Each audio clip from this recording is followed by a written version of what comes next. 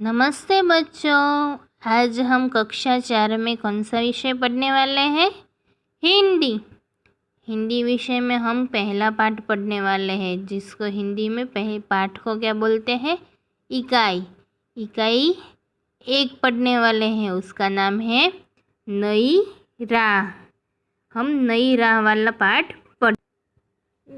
देखो, नई राह, उसका अभ्यास एक क्या हुआ है?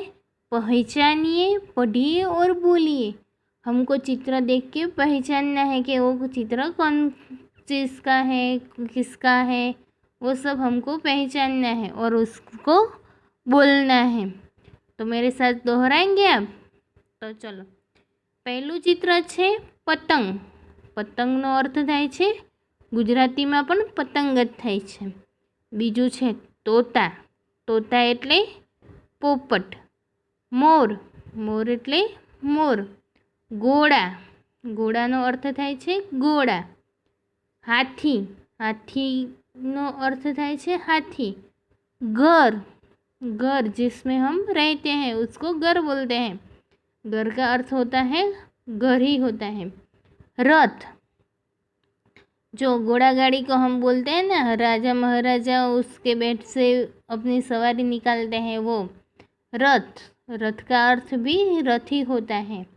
मोटर। मोटर। मोटर का मतलब होता है गाड़ी। पेड़। पेड़ का अर्थ है झाड़।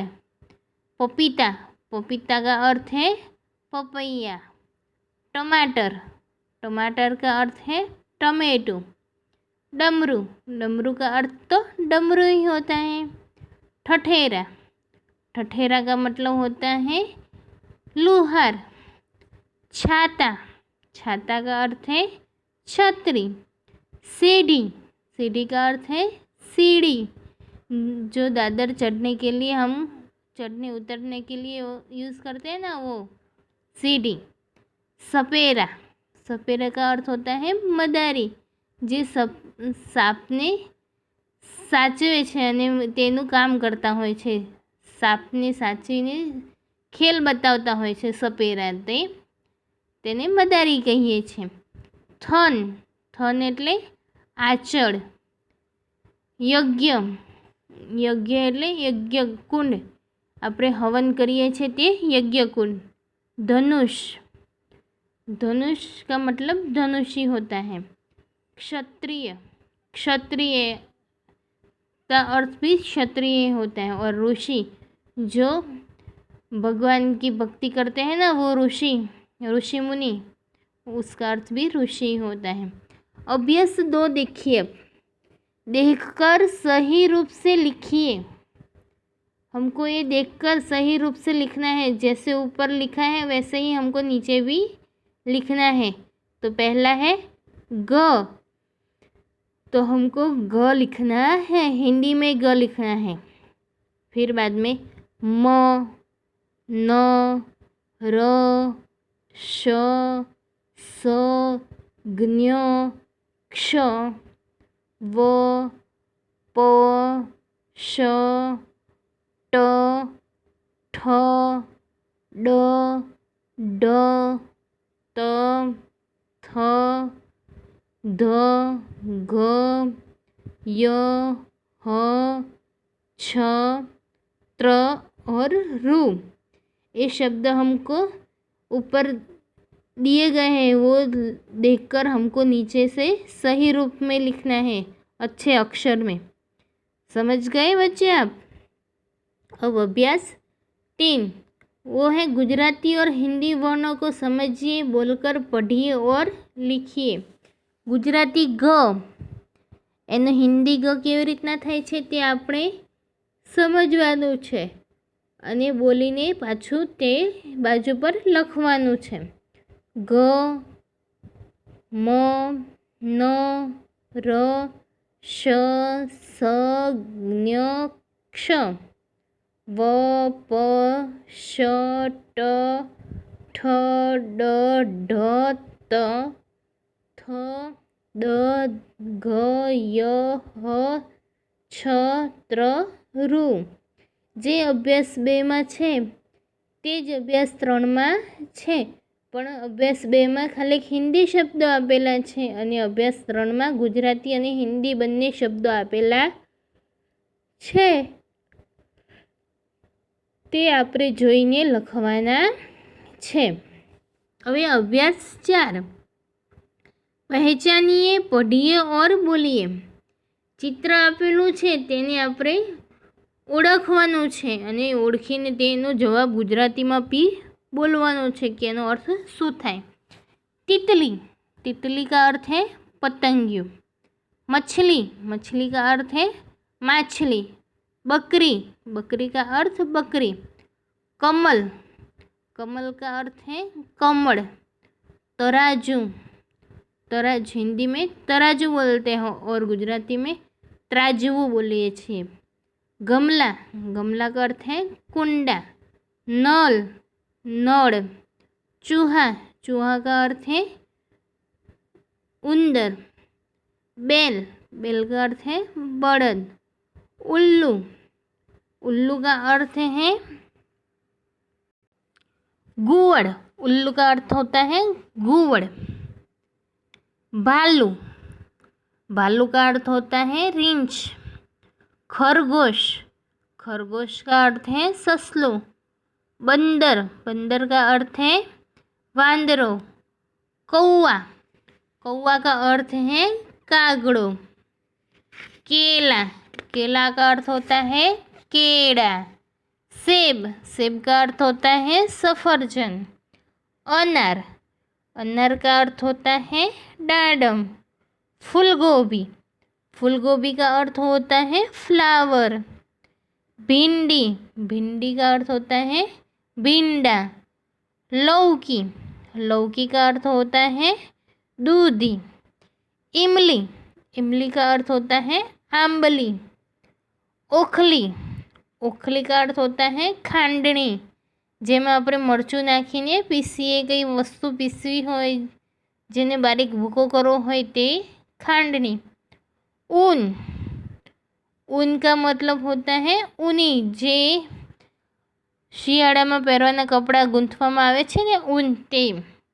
गाजर, गाजर का अर्थ भी गाजर ही होता है. त्रिशूल, त्रिशूल का अर्थ त्रिशूल हो थाय छे, शंकर भगवान त्रिशूल. चांद, चांद ने चांद ज कहे छे. मूली, मूली एटले मूळो. अने चम्मच, चम्मच एटले चमची.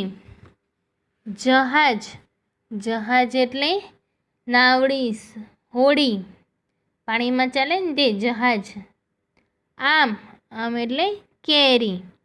नाक, नाकनो अर्थ नाक थाय छे. हल, हलनो अर्थ भी हळ.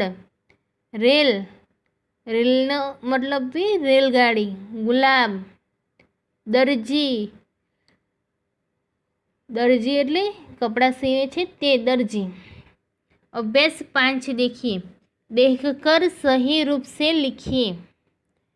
जो हमको दिया है शब्द वो हमको देखना है और सही स्वच्छ अक्षर में लिखना है.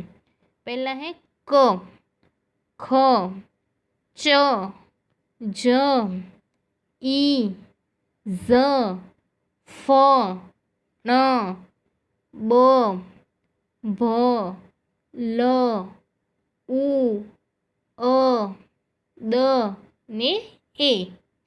શબ્દ સ્વર અને વ્યંજન સાથે આપેલા છે તે આપણે જોઈને સારા અક્ષરે લખવાના છીએ. अभ्यास 6 में देखिए तो गुजराती और हिंदी वर्णों का अंतर समझिए और लिखिए. જે ગુજરાતી અક્ષરો છે તેને હિન્દીમાં કેવી રીતના લખાય તે આપણે જોવાનું છે. અમુક શબ્દો એ તેવા છે જેના તેનો તે જ અર્થ થતો હોય છે, જેમ કે મ,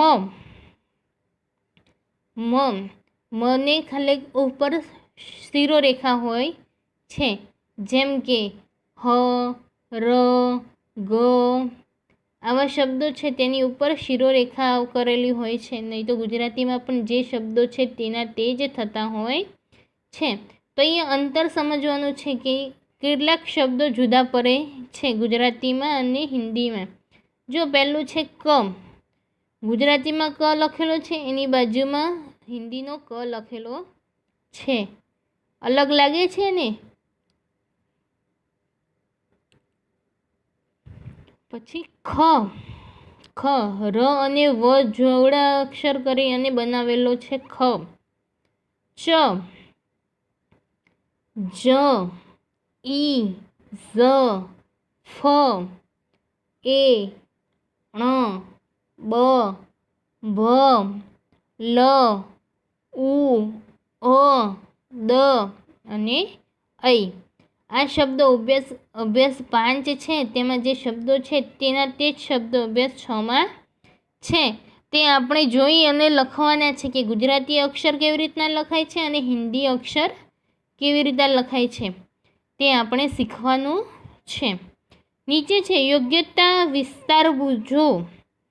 તમારી યોગ્યતા કેટલી છે આ પહેલી આપેલી છે, તેના આધારે તમે જાણી શકો છો તેને શું કહેવા માંગે છે.